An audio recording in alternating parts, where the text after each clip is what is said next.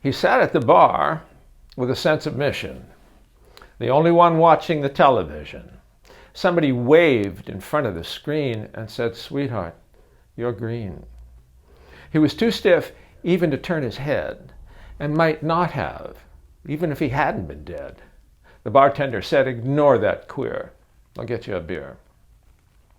The drag queen hung on to his shoulder, and Harry, if possible, got colder.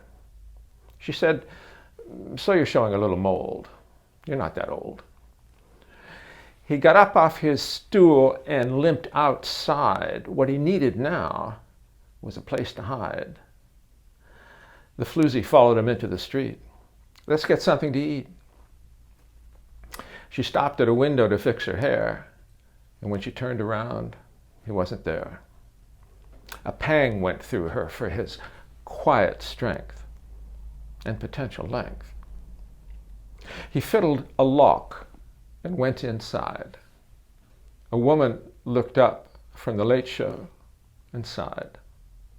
He sat down, as was his habit to do, and watched, too, his hands on his knees, his eyes straight ahead. She observed him a while before she said, "Well, Harry, I'm glad you're keeping in touch, but you haven't changed much." In bed, she fingered him where he'd been scarred. She said, "Hun, you're cold, but you sure are hard. It's times like this I wonder whether we should get back together. That look in your eyes you used to get when you came, it's there all the time now. But just the same, I don't know, Harry. It'd never last. The past is past." When she fell asleep, he got up tiptoe, uncovered his police radio, and got the location of the tail on Spider Mayo. A flophouse. Night. He stayed out of the light till the unmarked car circled out of sight. The desk jockey opened his mouth to ask, caught Harry's look, and just let him go past.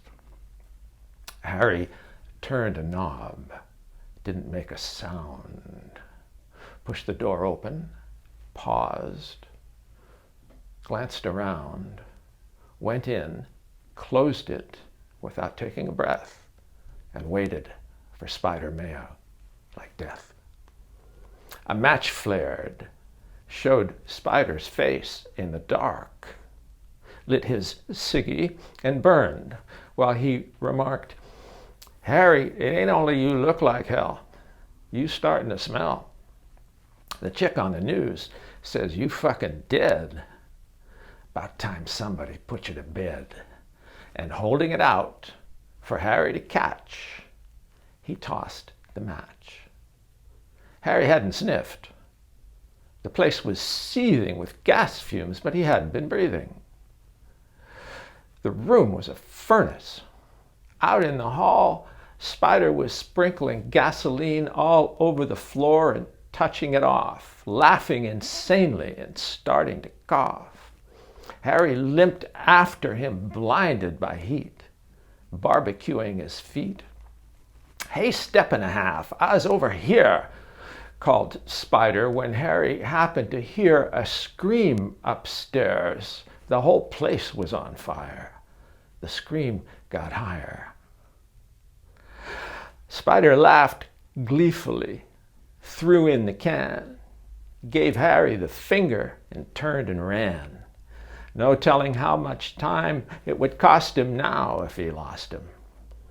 He staggered upstairs and kicked in a door. This whole moral effort, what was it for?